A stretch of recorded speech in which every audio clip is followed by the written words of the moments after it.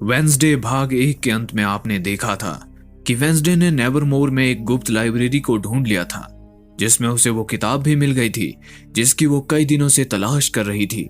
लेकिन जब वो उस किताब को देख रही थी तब अचानक किसी ने उसका शरीर काले कपड़े से ढककर उसे कैद कर लिया था। और अब यहाँ से आगे की कहानी शुरू होती है। किडनैपर ने वेंसडे के हाथ पांव बांध रखे थे और उसका मुंह काले कपड़े से ढक रखा था। जब वेंसडे के चेहरे से कपड़ा हटता है तब वो देखती है कि कुछ नकाबपोश उसके सामने खड़े हैं। उनमें से एक नकाबपोश गहरी आवाज में पूछता है, हमारे खुफिया अड्डे की सीमा किसने लांघी? हालांकि ये आवाज सुनते ही वेंसडे पहचान जाती है कि ये आवाज बियांका की है। वो बियांका को अपने असली रूप में आने के लिए कहती है। बियांका के साथ बाकी नकाबपोश भी अपना मुखौटा निकाल देते हैं। इन नकाबपोश में ज़ेवियर भी शामिल था। वे लोग उसे बताते हैं कि ये नाइट शेड्स नाम का एक सीक्रेट क्लब है जहां बाहरी लोगों का आना मना है। वेंसडे हैरानी से पूछती है कि ये क्लब तो सालों पहले बंद कर दिया गया था, जिस पर बियांका उसे बताती है कि 30 साल पहले एक नॉर्मल लड़के की मौत के बाद इस क्लब को ऑफिशियली बंद कर दिया गया था। पर क्योंकि इस क्लब में कई सारे अमीर बच्चे शामिल थे, इस क्लब को गुप्त रूप में चालू रहने दिया गया। वे लोग यहाँ सीक्रेटली लेट नाइट पार्टीज वगैरह करते हैं। ज़ेवियर वेंसडे से पूछता है कि उसे इस जगह का पता कैसे चला। वेंसडे उसे अपनी जेब में देखने के लिए कहती है। उसकी जेब में रोवन से मिला वो ड्राइंग होता है। वेंसडे उन्हें बताती है कि उस ड्राइंग पर जो निशान है उसकी मदद से ही वो इस गुप्त लाइब्रेरी तक पहुंची है, क्योंकि इस जगह नाइट शेड्स के मेंबर्स ही आ सकते थे। बियांका अपने बाकी साथियों से वेंसडे का क्या करना है ये पूछती है, जिस पर ज़ेवियर कहता है कि उन्हें वेंसडे को भी नाइट शेड्स क्लब में शामिल करना चाहिए। ज़ेवियर वहां टंगी एक तस्वीर की तरफ इशारा करते हुए बताता है कि वेंसडे के माता पिता भी इस क्लब का हिस्सा रह चुके हैं।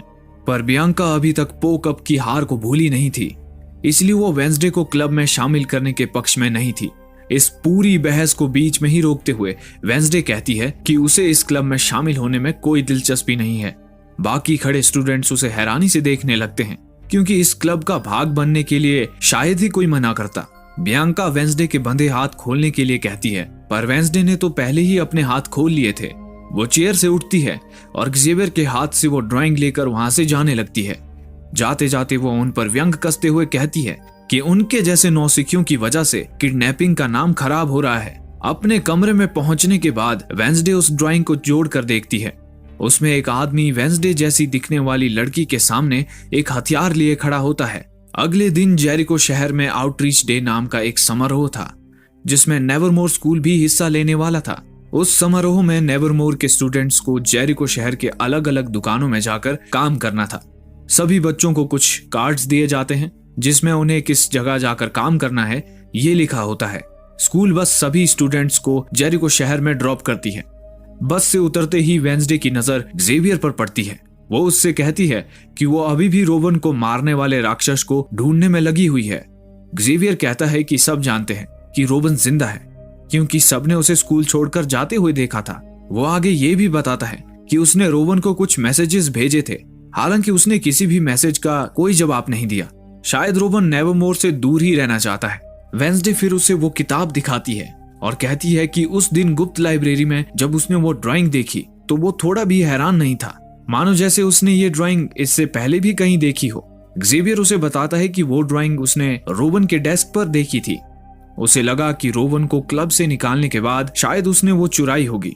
उसने उस ड्राइंग के बारे में रोवन से भी पूछा था, लेकिन रोवन ने जवाब देने के बजाय उसके साथ बहस की और उसे दीवार पर पटक दिया। यह होते हुए वेंसडे पहले भी अपने विजन में देख चुकी थी। तभी ज़ेवियर वेंसडे से पूछता है कि ये ड्राइंग 24 साल पुरानी होने के बावजूद भी वो इस तस्वीर में क्रैकस्टोन नाम के आदमी के साथ क्या कर रही है। ज़ेवियर उस आदमी का नाम जानता है। ये देखकर पल भर के लिए वेंसडे चौंक जाती है। ज़ेवियर उसे बताता है कि क्रैकस्टोन जेरिको शहर की एक बड़ी हस्ती है। वो पहला नॉर्मल आदमी है जिसने जेरिको शहर में कदम रखा था। उसी वक्त कुछ लोग पिलग्रिम वर्ल्ड नाम के टूरिस्ट प्लेस के पोस्टर लगा रहे होते हैं, जिस पर क्रैकस्टोन की तस्वीर थी। ज़ेवियर वेंसडे को वो पोस्टर दिखाता है। दूसरी ओर इंसानों और आउटकास्ट के बीच के रिश्ते और मजबूत करने के लिए आज नेवरमोर और शहर के लोग मिलकर क्रैकस्टोन के पुतले का उद्घाटन करने वाले थे। शहर का मेयर भी इसी समारोह में शामिल होने आया था। शेरिफ मेयर से कहता है कि शहर में हो रही हत्याओं के पीछे कहीं न कहीं नेवरमोर स्कूल का हाथ है।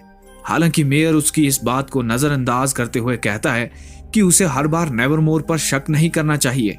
दरअसल मेयर भी आउटकास्ट और नेवरमोर को कुछ खास पसंद नहीं करता था, लेकिन शहर के डेवलपमेंट के लिए बहुत सा पैसा नेवरमोर से आता था। इसी वजह से मेयर बेवजह नेवरमोर को नाराज नहीं करना चाहता था। वो शेरिफ को कातिल का जल्द से जल्द पता लगाने के लिए कहता है और समारंभ में मौजूद बाकी लोगों को संबोधित करने आगे बढ़ता है। प्रिंसिपल सभी आउटकास्ट बच्चों को उन्हें दिए गए टास्क पूरे करने के बाद पुतले का उद्घाटन करने इसी जगह आने के लिए कहती है। जब सभी बच्चे अपने टास्क पूरा करने जा रहे होते हैं, तब वेंसडे इनिड को रोकती है और एक दूसरे के वर्क प्लेस एक्सचेंज करने की गुजारिश करती है।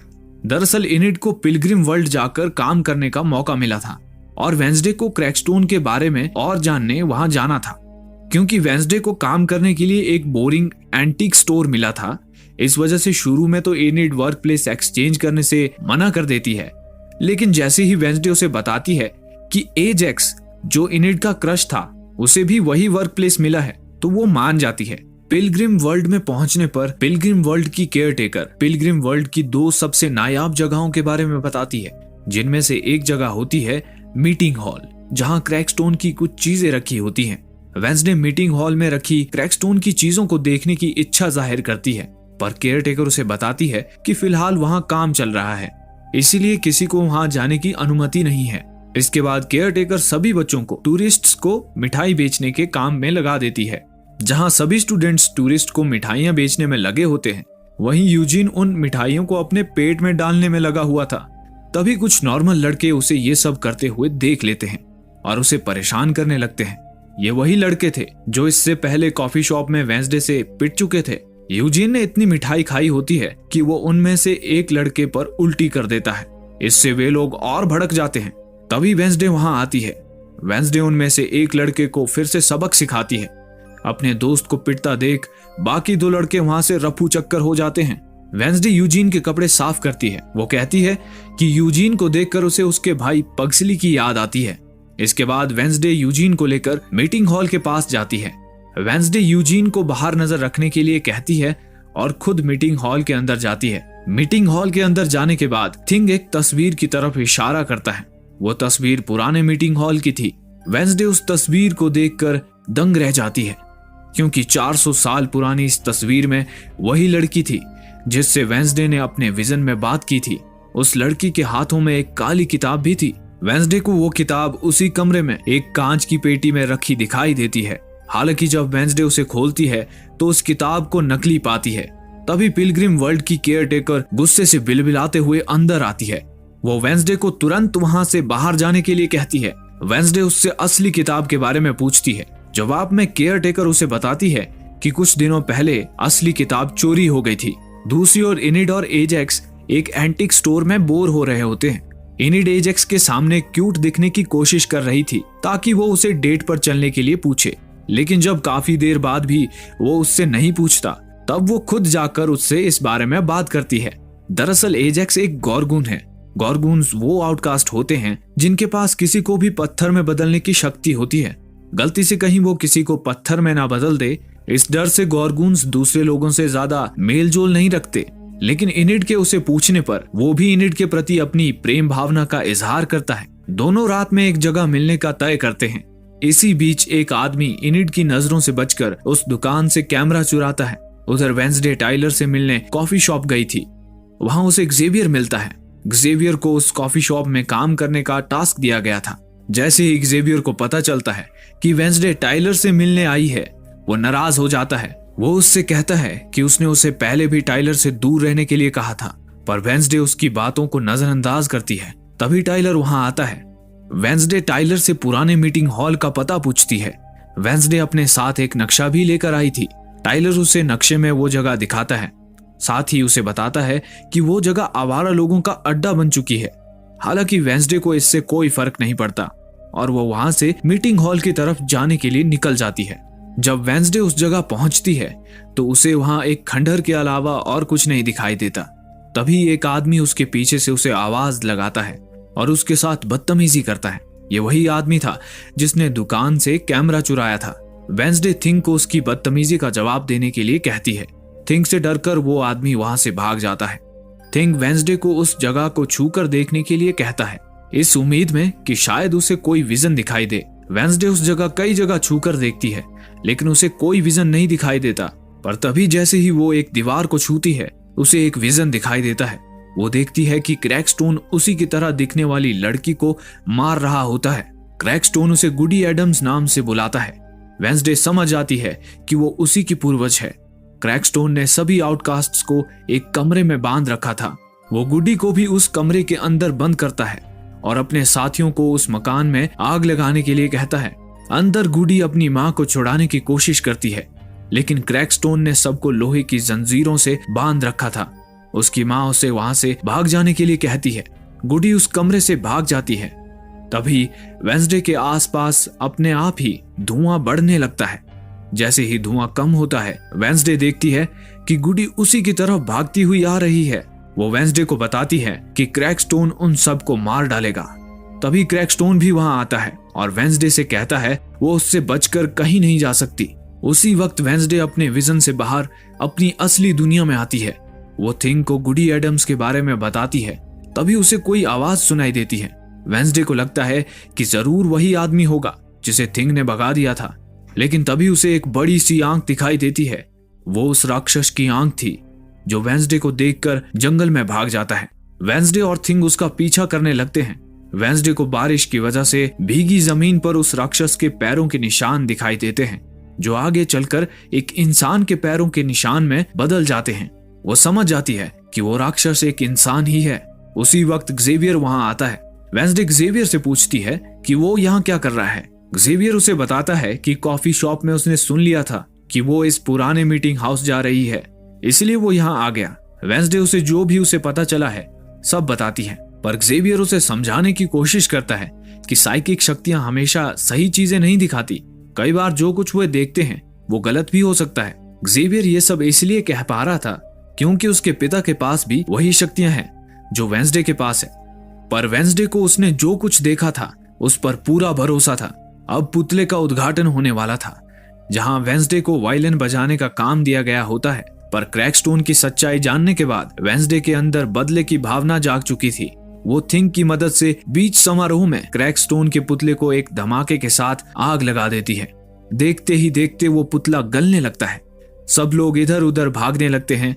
वहीं दूसरी ओर वेंसडे इस घटना का मजा लेते हुए आराम से वायलिन बजा रही थी। प्रिंसिपल समझ जाती है कि हो ना हो इस धमाके में वेंसडे का ही हाथ है। वो बाद में वेंसडे को डांटती भी है, हालांकि वेंसडे इस बात से साफ इनकार कर देती है। दूसरी ओर पुराने मीटिंग हॉल में कैमरा चोरी करने वाला आदमी अपने कैमरे को देख रहा होता है। तभी वो राक्षस आकर उसका खात्मा कर देता है। कैमरा उसके हाथ से नीचे गिरते ही उसकी और राक्षस की तस्वीरें खींच लेता है। गर्ल्स हॉस्टल में एनिड आज एजेक्स के साथ डेट पर जाने वाली थी।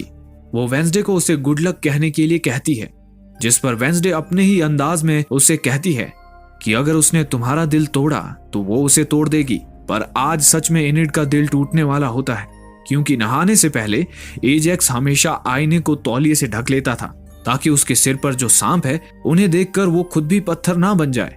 लेकिन जब वो नहा रहा होता है तब तौलिया आईने से फिसल कर नीचे गिर जाता है।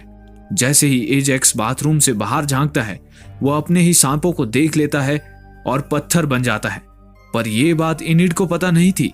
गुस्से में वो बाहर तोड़फोड़ मचा देती है।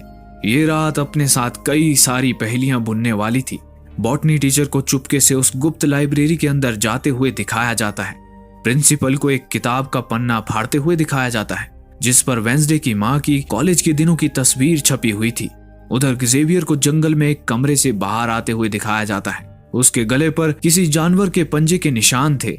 इस एपिसोड के अंत में पुलिस पुराने मीटिंग हॉल में छानबीन कर रही होती है। शेरिफ को उस आदमी का चुराया हुआ कैमरा मिलता है, जिसमें उस राक्षस की तस्वीरें होती हैं। और इन पहेलियों के जवाबों को अगले एपिसोड के लिए छोड़कर ये एपिसोड यहीं समाप्त हो जाता है। दोस्तों, अगर आपको ये वीडियो अच्छा लगा तो आप हमें सपोर्ट करने के लिए हमें सब्सक्राइब कर सकते हैं, ताकि हम ऐसी ही और वीडियोस आपके लिए लेकर आ पाएं। धन्यवाद।